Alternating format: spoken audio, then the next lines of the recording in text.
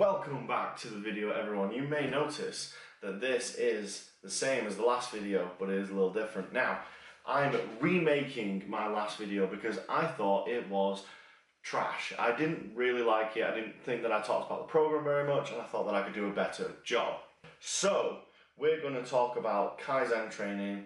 We're going to delve into it a little bit deeper. What I actually ran was the infinite off-season program, and then I went into the peaking program.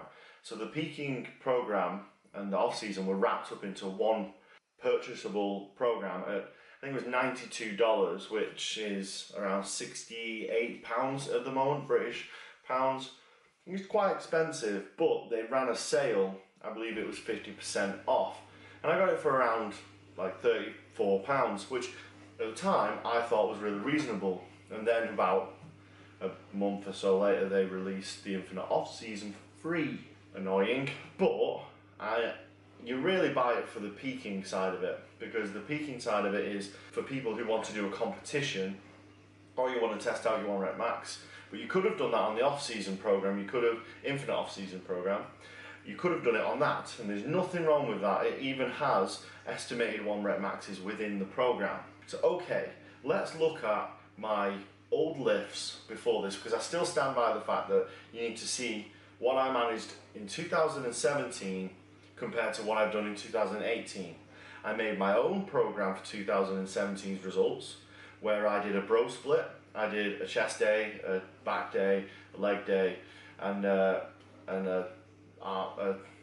the other day? A shoulders day for the overhead press, and some days I did a 5th day.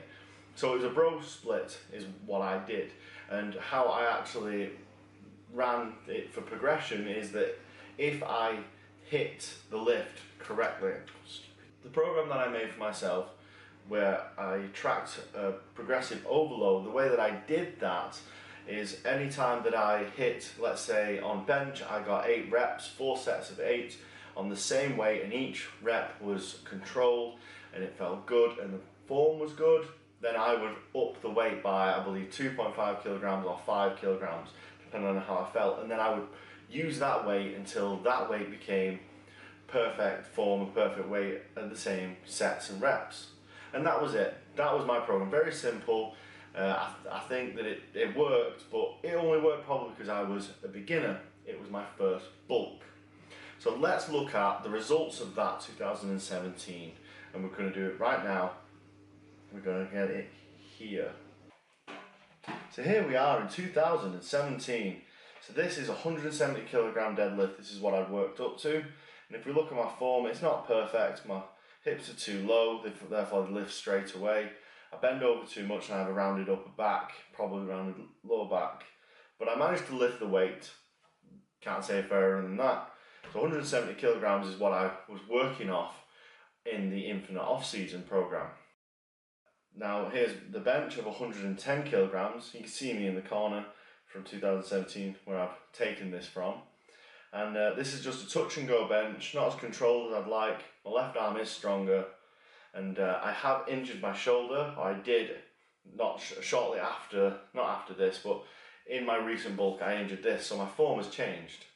Here is my squat of 140 kilograms, and my setup's okay at the beginning, except the fact I dance around a lot. But I'm not hitting parallel really, I'm above parallel, and I believe that the form is what created my hip flexor injury, where I believe I tore it, because I get pain within the hole, or I used to, during this bulk, but it's gone now.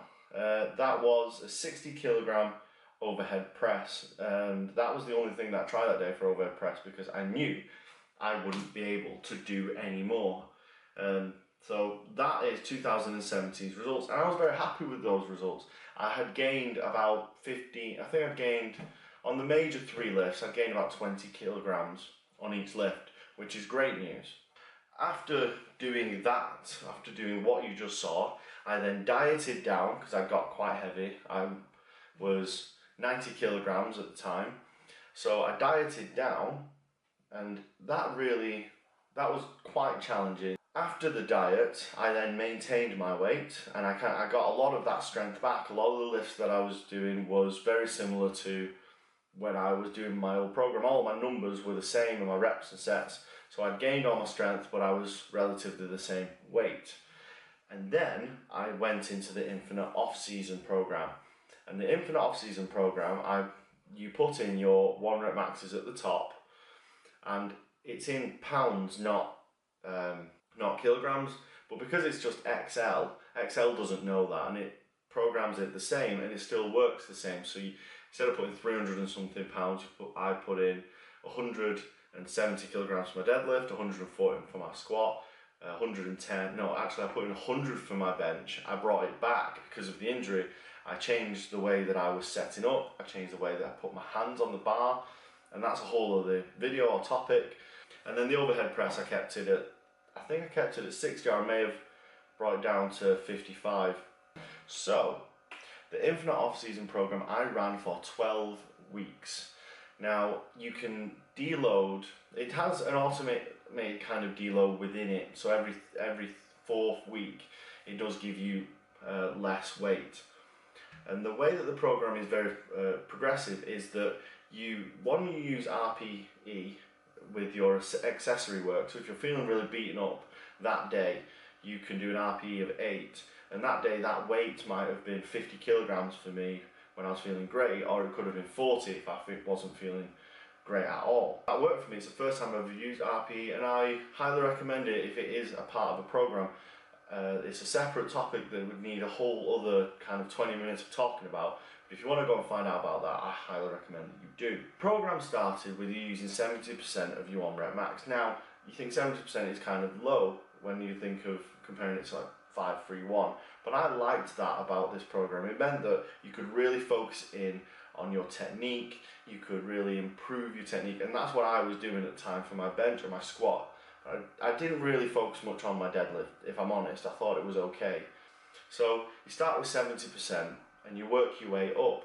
So if you get 11 reps and over on your final set of your main lift, then the next week it would go up by 2.5%. If you got under 8 reps, it would then go back. So it was self-regulating, it was controlling your fatigue, and also you could just see progression. I believe that the program works out that if you can do over 8 reps of 80% of your current 1 rep max, you should have a new PR 1 rep max. And I got to that point. So it took me, I believe, running the program for 2 cycles, so 8 weeks. And some of my lifts, I believe my deadlift was doing really well. That's why I didn't really focus on technique, because it was doing well. That had progressed. The squat wasn't. I actually dialed it back because of my hip injury. And the bench was going fine, I believe, because I pulled back my PR to 100 kilograms, so it was calculating a lot. So I was using a lot less weight than I probably could have done. And my shoulder had healed in that time. But what I'd done is I didn't go right. One of my exercises, one of the big 3 is really doing well. I'll go into the peaking program. I thought, no, I'll keep running it until they're all above 80%. And I got them all to 80% within the 12 weeks. Now this is now the Christmas period. And in the Christmas period, I stuffed my face and I put on about 6 or 7 pounds, probably 8 pounds, that I didn't need. It was fat gain, water gain, just from drinking and eating and having a really good time. And I calculated that really I shouldn't have been that sort of weight, because I wanted to gain weight gradually.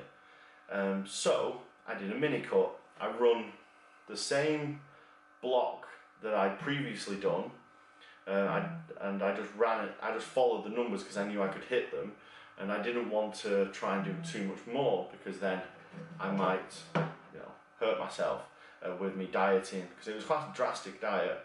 I did it for 3 weeks. I went on holiday, and then I went straight into the peaking program. Okay, so now we're talking about the peaking program, which is the main reason why you would purchase this program from Kizen Training, and I really do think that it works really well.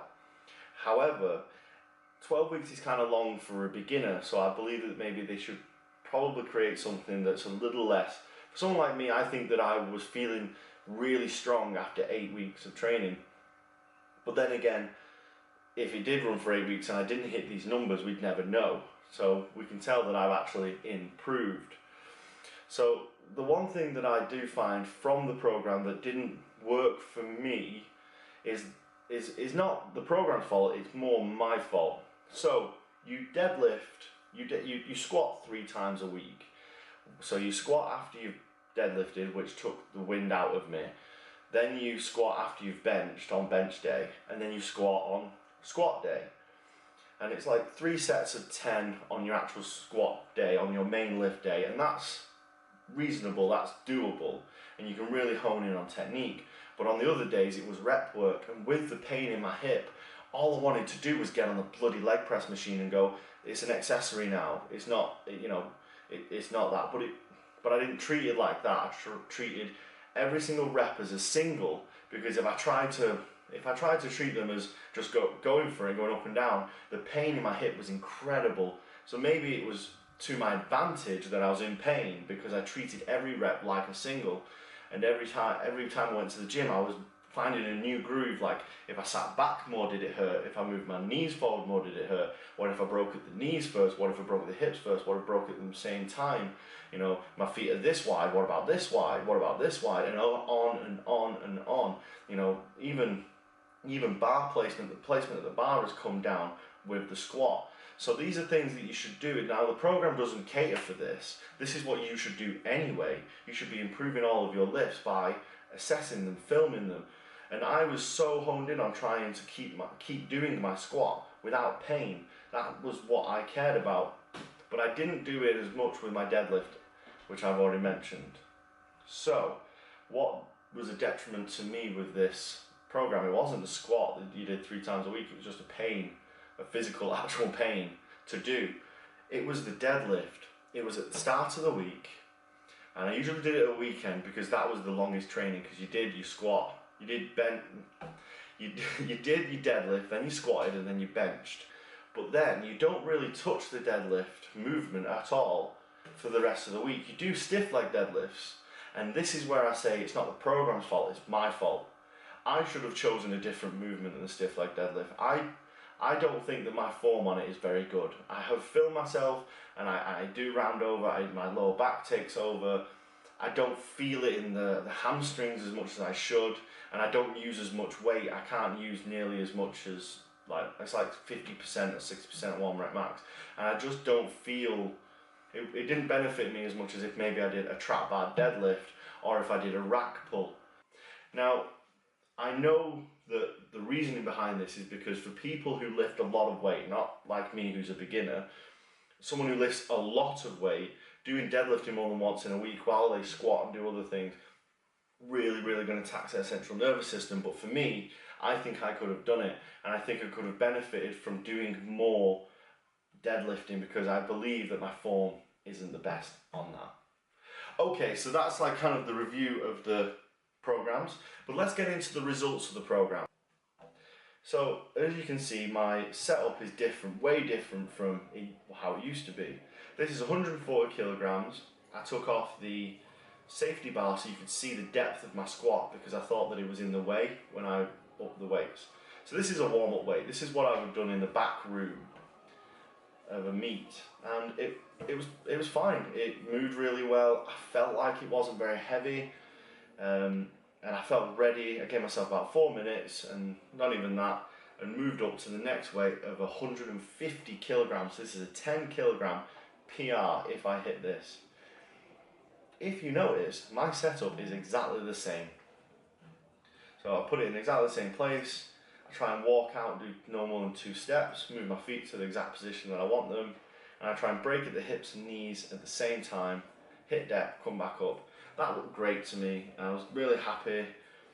I did a little jump, and I didn't know what to go up next. I didn't know if to do 170 or 160, but I thought 170 was probably too far for me at this point. I didn't feel confident, so 160 is what I went for. Again, the same setup. I do use knee sleeves, but I think they're a little bit loose really. They're just there to warm my knees up. And colour coordinated with red and blue. Down I go, definitely hitting parallel now, and up 160 goes. That's a 20 kilogram PR. I mean, I couldn't be happier with it, and I'm into it, so cut that back in. Alright, so I'm psyching myself up. I don't usually make much noise and I don't psych myself up loads. I do put a bit of heavy music on, but other than that, I'm not much of a person who screams and shouts.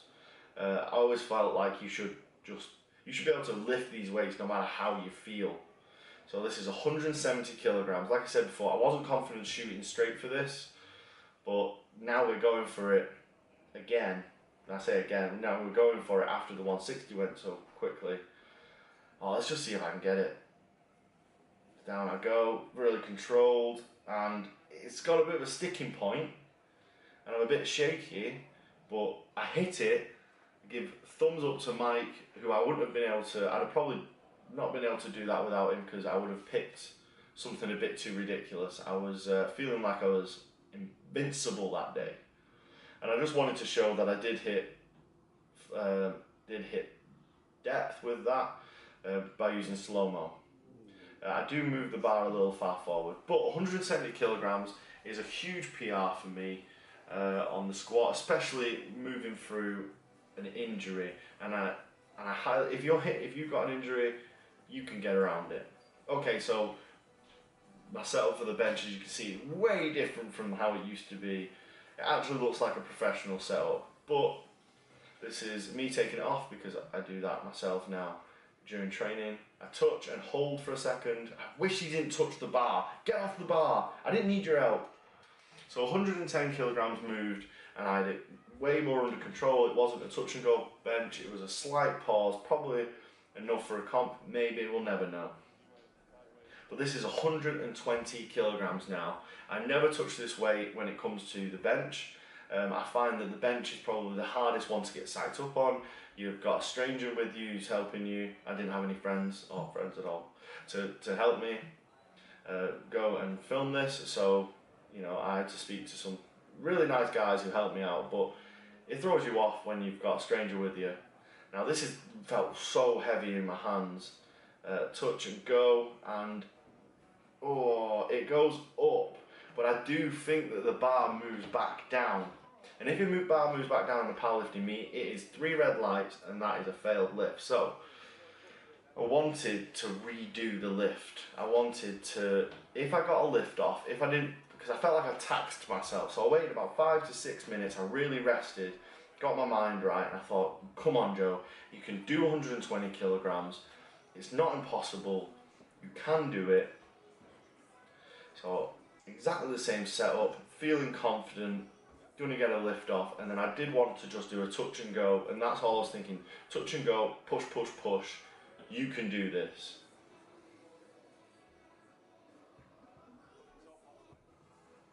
No, I can't do it.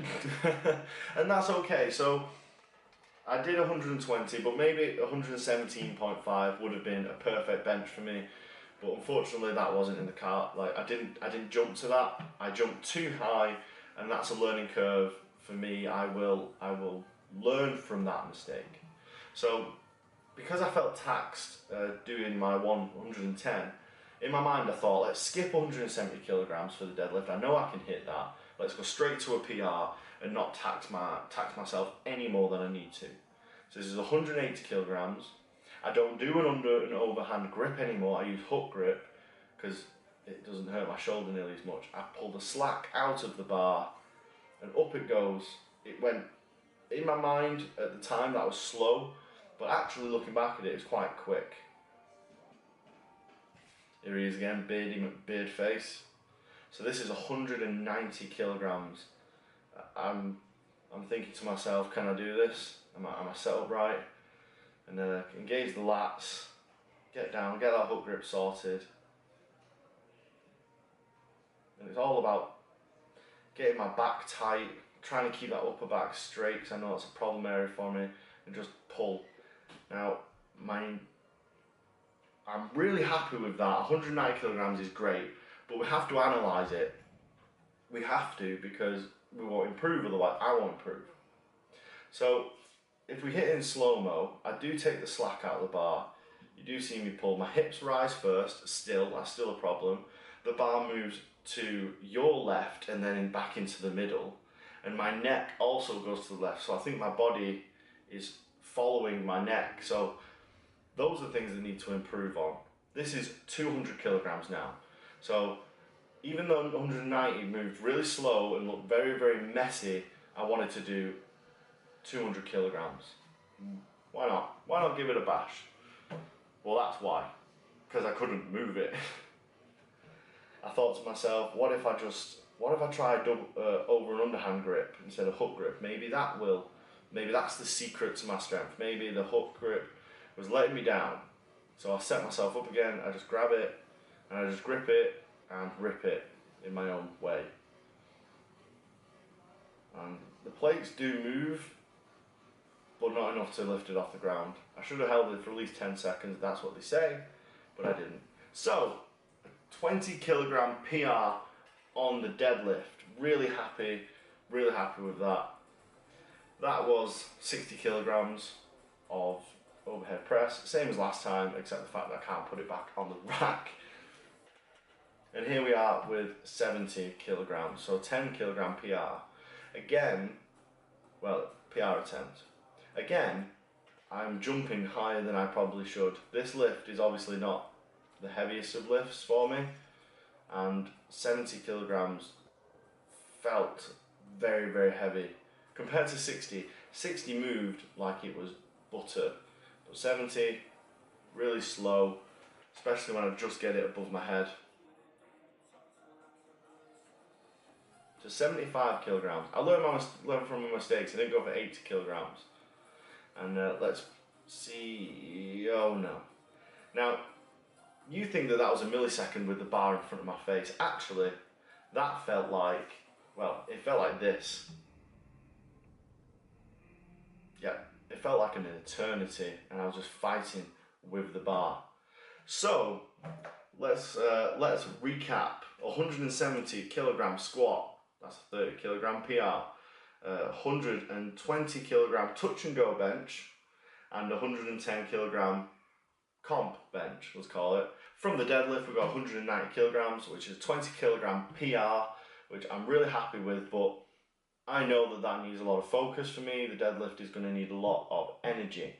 I might build it completely from the ground up. I don't see that being a bad thing. And the overhead press was a 70 kilogram press, 10 kilogram PR. I should be really happy with that. Obviously, at a powerlifting meet, you don't do the overhead press. I just threw it into that day because it's what I did the previous year, and why not? Why not throw it in? It's just an extra one exercise. Not like I was dying or anything from being completely exhausted.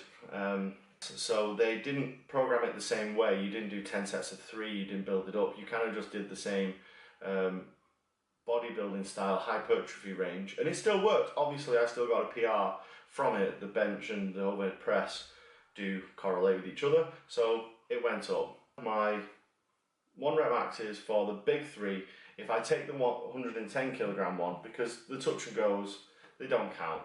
The touch and go doesn't count in my eyes because it wouldn't have been able to pass it in a meet. And I know the pause wasn't huge on my bench, but it was good enough. At least it was a pause.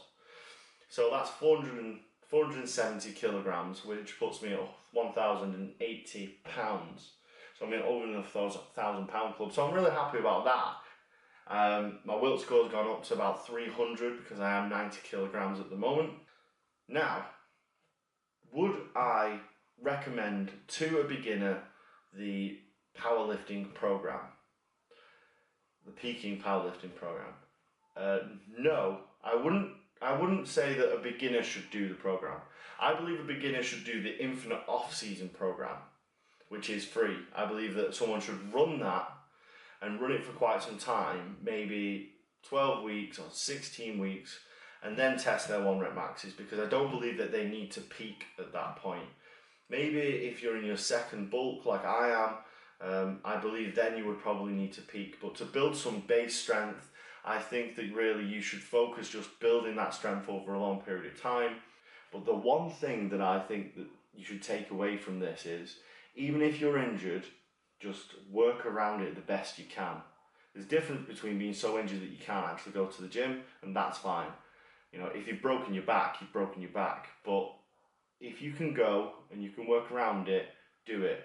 And also, technique is king. My squat is almost as good as my crap deadlift. My deadlift should have gone up in a similar fashion to my squat. I believe my deadlift needs to be built from the ground up because technique is king. So that's the video. I hope you preferred this video to the last one. I hope this one was better. It was more informative. You actually learned about the program. So if you want to go out and buy it, I will link just Kizen training below. Definitely go and check that out. It is a great free program, probably the best free program you can get your hands on. That's it, I'm done. Thank you for watching the video. If you've rewatched this video, please like it because you like it more than the last one. The other one got 2 likes. I want this one to smash the other one. I'm just going to delete the other one. This one should do better because I believe you have got more valuable information here. Okay guys, that's the video. Subscribe, like, share, whatever, and I'll see you guys in the next one.